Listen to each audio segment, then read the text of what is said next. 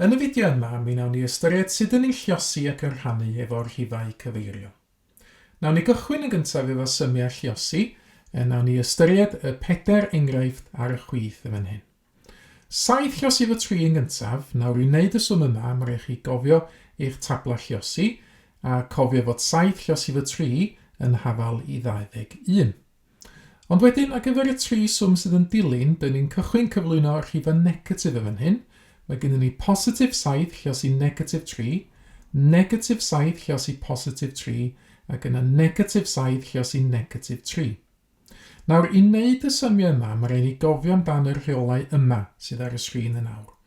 Bob tro ydych chi'n lluosi rhif positif efo'r rhif negatif, mae'r atab yn rhif negatif. Os ydych chi'n lluosi rhif negatif efo'r rhif positif, mae'r atab hefyd yn rhif negatif.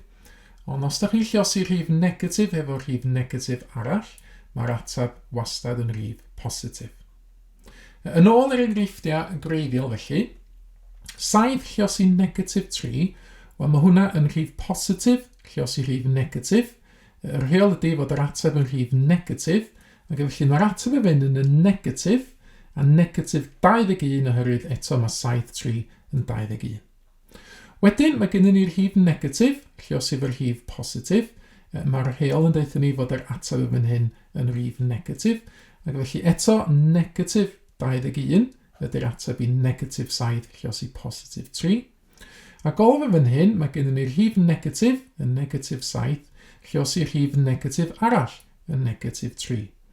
Yr rheol tra hyn yn deud ni fod yr ateb yn positif, ac felly positif 21 ydy'r ateb i negatif 7 lluosi negatif 3. Ymlaen yn awr i'r 4 swm rhannu sydd ar y dde fan hyn. I gychwyn, mae gennym ni 12 rhannu fo 2. Sawl gwaith mae 2 yn ffitio yn 12? Wel, mae ffitio fewn 6 gwaith yn union. Yna, mae gennym ni rhifau negatif yn dod i fewn. Positif 12 rhannu negatif 2. Negatif 12 rhannu positif 2. A negatif 12 rhannu negatif 2. I gwblhau y symiau yma, dyn ni'n troi at y rheolau yma. Mae'r rhain yn debyg iawn i'r rheolau nathon ni weld gynt ar gyfer y symiau lluosi. Os dyn ni'n cychwyn efo'r rhif positif ac yn rhannu efo'r rhif negatif, mae'r ateb yn rhif negatif. Neu, os oes gennym ni'r rhif negatif rhannu rhif positif, mae'r ateb yn rhif negatif. A wedyn, os dyn ni'n cychwyn efo'r rhif negatif ac yn rhannu efo'r rhif negatif arall, mae'r ateb yn rhif positif. Nôl at yr enghreifftiau felly, 12 rhannu negatif 2, wel mae gennym ni positif rhannu negatif yn fan hyn, yr rheol ydy fod yr ateb yn negatif, ac felly negatif 6 ydy'r ateb yn fan yma. Wedyn, mae gennym ni'r rhif negatif rhannu rhif positif. Mae'r rheol yn dweud fod hwn hefyd yr ei ateb yn negatif, felly mae negatif 12 rhannu positif 2 yr ei ateb negatif 6.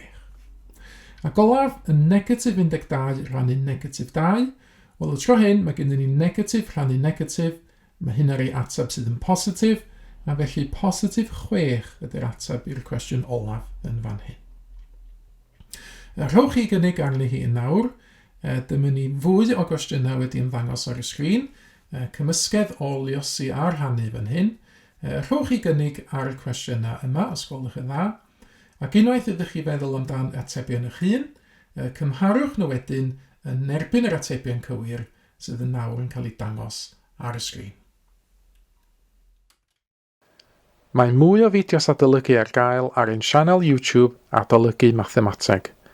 Am y newyddion diweddaraf neu holi cwestiwn, dilynwch ein cyfrif trydar @Mathemateg. Neu ewch i'n gwefan www.mathemateg.com am fwy o adnoddau adolygu.